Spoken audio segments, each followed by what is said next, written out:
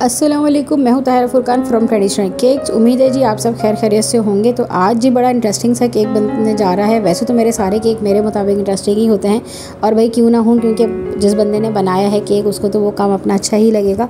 अब ये तो आप लोग कमेंट सेक्शन में मुझे बताएँ, अपना फ़ीडबैक दें, मुझे राय दें कि भाई वाकई ही इंटरेस्टिंग होते हैं या मुझे लगते हैं। वैसे बहुत मेहनत होती है कस्टमाइज़ काम में, या कोई भी काम हो मैं कहती हूँ बहुत मेहनत होती है भाई, तो अप्रिशिएट कर दें, यही हमारे लिए बहुत है। अच्छा जी, तो आप यहाँ देख रहे हैं कि हम किसी डॉल का हुलिया बिगाड़ रहे हैं, तो देखें हमें गलत मत समझिएगा। कुछ हम ऐसा नहीं सोच रहे कि हम इसको भूत बनाएं, लेकिन भाई ये है बेसिकली क्लाइंट की डिमांड। उनका ये कहना था कि आप मुझे डॉल केक बना के दे दें, लेकिन उसको आपने हिजाब करवाना है। अच्छा भाई, हिजाब क्यों करवाना है ये मैं आप लोगों को आगे बताऊँगी, क्योंकि मुझे भी थोड़ा सा ये अजब ही लगा कि जब उन्होंने मुझे ऑर्डर दिया। तो भाई यहाँ आप डॉल को हिजाब पहनने का तरीका पहले देख लें, फिर हम बातें तो वैसे भी करते रहते हैं। पूरी वीडियो में मोस्टली हम बातें ही करते हैं, क्योंकि सबको पता है कि ये डॉल है, सबको पता है ये केक है, सबको पता है कि भाई ये क्रीम है और ये फाउंडेंट है। तो भाई मैं आप किसी को बार बार तो नहीं ना ये बता सकती कि भाई मैं केक को कटिंग कर रही हूँ, स्पंज बना लिया है, टॉपर लगा रही हूँ, क्रीम के रोजेट बना रही हूँ, 1M नोज़ल है, ये सब चीज़ें हैं, बेस है, बोर्ड है। चलो कुछ चीज़ें मेन हैं वो मैं बताती रहती हूँ, लेकिन जो हर चीज़ बेसिक है वो मैं हर वीडियो में नहीं शेयर करती, क्योंकि ऑलरेडी ये जो बेसिक है ये बहुत मतलब कॉमन है, सबको पता है। तो इसीलिए मैं अपने एक्सपीरियंसेस आप लोगों के साथ इसलिए शेयर करती हूँ ताकि आप लोग आगे के लिए तैयार रहें कि इस किस्म की सिचुएशन हो तो आपने क्या करना है, क्योंकि मैं भी शायद अपने और दूसरों के एक्सपीरियंसेस से सीख के आज यहाँ तक पहुँची हूँ। तो भाई यहाँ हमने बना लिया है जूड़ा। बड़ी हमने कोशिश की।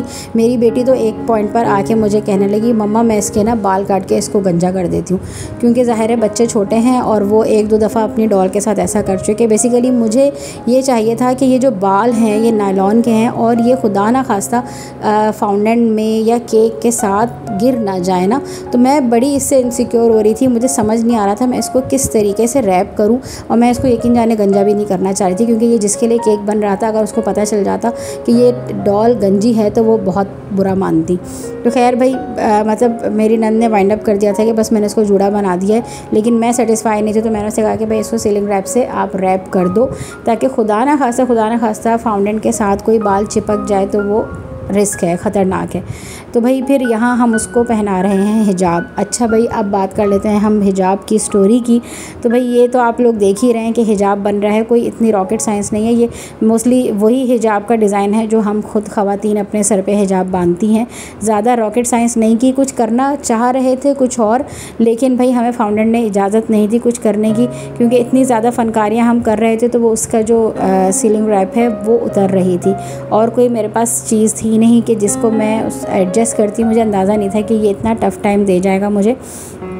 तो खैर मतलब यूँ समझे अनएक्सपेक्टेड हिजाब खुद ही बन गया। हम बनाना चाह रहे थे उसको, आगे दुपट्टा डालना चाह रहे थे, लेकिन वो आगे नहीं बना। लेकिन जो आजकल की लड़कियां हिजाब ले रही हैं वो अनएक्सपेक्टेड कह लें या मतलब बाय चांस कह लें कि बस वो वैसा ही बन गया कि हमें उसको ज़्यादा सेट करने की ज़रूरत नहीं पड़ी, और ना वो हो रहा था सेट, क्योंकि फाउंडेंट भी फट रही थी, फिर उसमें क्रैक्स भी आ रहे थे। दैन फिर मुझे सबसे ज़्यादा प्रॉब्लम थी उसके बालों से ना, कि वो बार बार फिर सीलिंग रैप उतरता जा रहा था। तो ये देखें आप इसका फाइनल लुक, बड़ा ही कोई खूबसूरत, मतलब तुक्के में मैं कहूँगी कि ये तुक्के में बना है।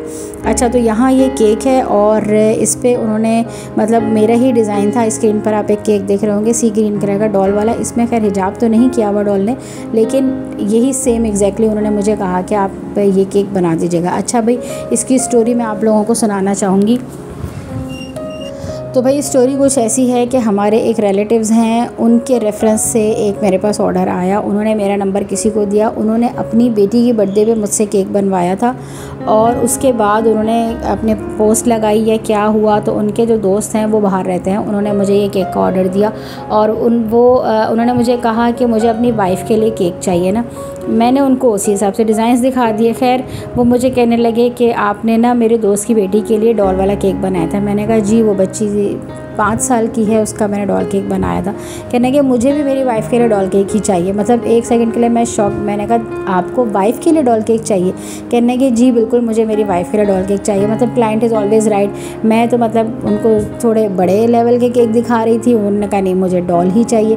खैर फिर उन्होंने अपनी वाइफ़ की पिक्चर भी मेरे साथ शेयर की। उन्होंने कहा देखिए मेरी वाइफ़ ऐसे हिजाब करती हैं और उन्होंने ये ब्लू कलर का ड्रेस पहना हुआ है, तो मैं चाह रहा हूँ कि बिल्कुल सेम एग्जैक्टली ऐसा ही बने, लेकिन कलर आपने रखना है वही जो आपने अपने केक का रखा है, जो आप लोगों ने पहले स्क्रीन पे देखा था। मैंने कहा ये तो सी ग्रीन है, आपकी वाइफ ने लाइट ब्लू पहना हुआ है, स्काई ब्लू। कहने के लिए मुझे स्काई ब्लू पसंद नहीं है, कलर आप सी ग्रीन कर दें लेकिन डॉल को हिजाब पहना दें, और ये होना चाहिए ऐसा ही, ताकि मुझे बेसिकली अपनी वाइफ को डॉल केक गिफ्ट करना है, मुझे पसंद है। मैंने कहा एज़ यू लाइक, भाई हमारा काम है केक बनाना, आप चाहे किसी को भी गिफ्ट करें, वाइफ़ के लिए बनवाएं, डॉटर के लिए बनवाएं, वो सबकी अपनी अपनी डिमांड है, हर कोई अपने हिसाब से नज़रिए देखता है, इसमें कोई बुराई तो नहीं थी।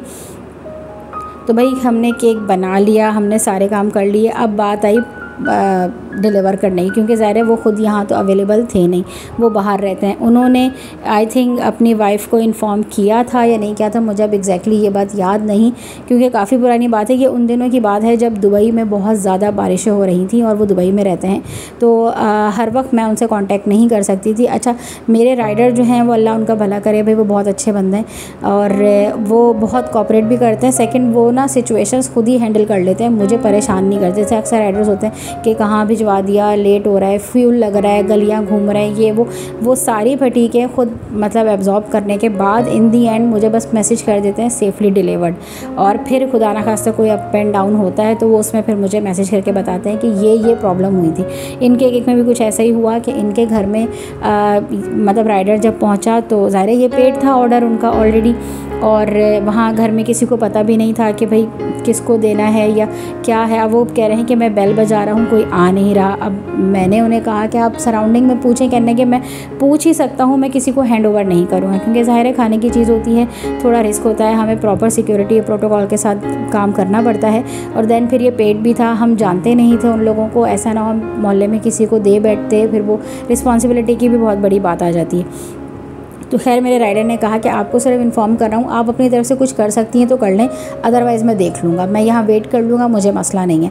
तो खैर बड़ी मुश्किल से मतलब यहाँ जिसका नंबर दिया वो अवेलेबल ही नहीं थे, तो बहुत परेशानी हुई राइडर को काफ़ी देर। फिर उन्होंने पड़ोस वाली आंटी की बेल बजाई, वो कोई आंटी निकली वहाँ से, तो मेरे राइडर ने कहा कि आप इनको जानती हैं पड़ोस वाले को? अच्छा, अब वो भी एक मिस्टीरियस सी बात कहने लगी कि हाँ मैं तो जानती हूँ, लेकिन इसके शौहर का नाम ये तो नहीं है जो आप ले रहे हैं। अब वो मुझे कहने का बाजी आपको कंफर्म है कि जिस लड़के ने ऑर्डर बुक करवाया है वो इस लड़की का शौहर है? और वो तो इस नाम का कह रही है ही नहीं इसका शौहर, इसके शौहर का तो ये नाम है नहीं। मैंने कहा तो क्या नाम है? कह रही है उन्हें नाम भी नहीं पता, मगर वो कह रही हैं कि ये नाम नहीं है जो आप बता रहे हैं। खैर मैंने कहा कि भाई आप कुछ करें, मतलब आधा घंटे से ज़्यादा हो गया, मेरा वहाँ क्लाइंट से कॉन्टैक्ट नहीं हो रहा है क्योंकि बारिश बहुत ज़्यादा है, उनका नेट कनेक्ट नहीं आ रहा और मैं उनसे और किसी तरीके से कॉन्टैक्ट ही नहीं कर सकती।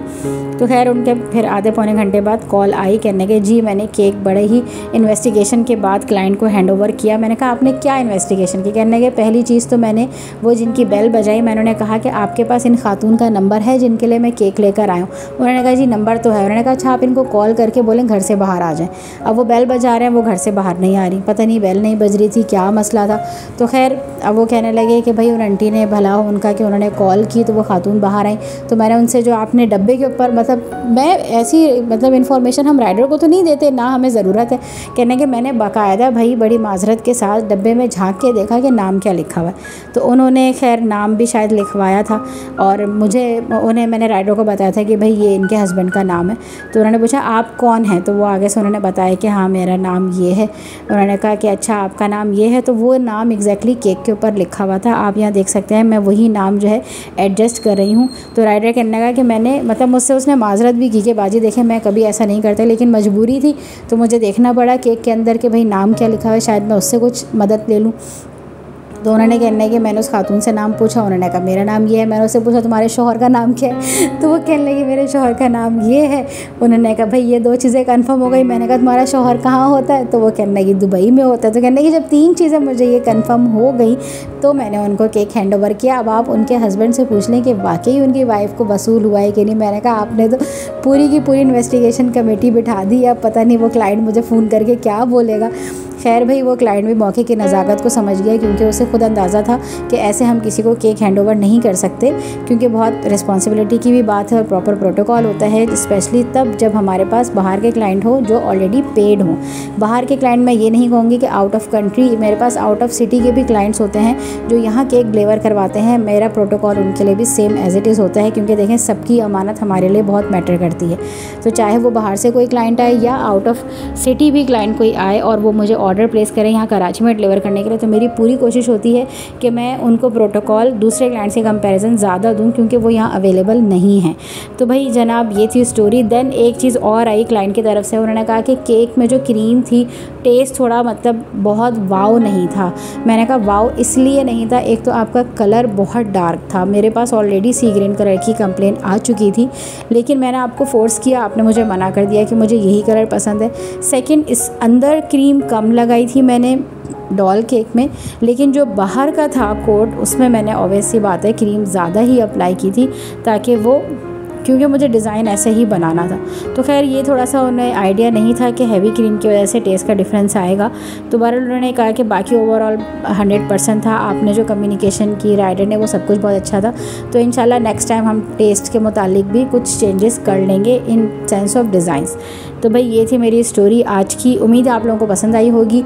कमेंट सेक्शन में फ़ीडबैक देके ज़रूर बताइएगा। मुझे दीजिए इजाज़त, मिलते हैं आपसे अपनी नेक्स्ट वीडियो में, तब तक के लिए अल्लाह हाफ़िज़।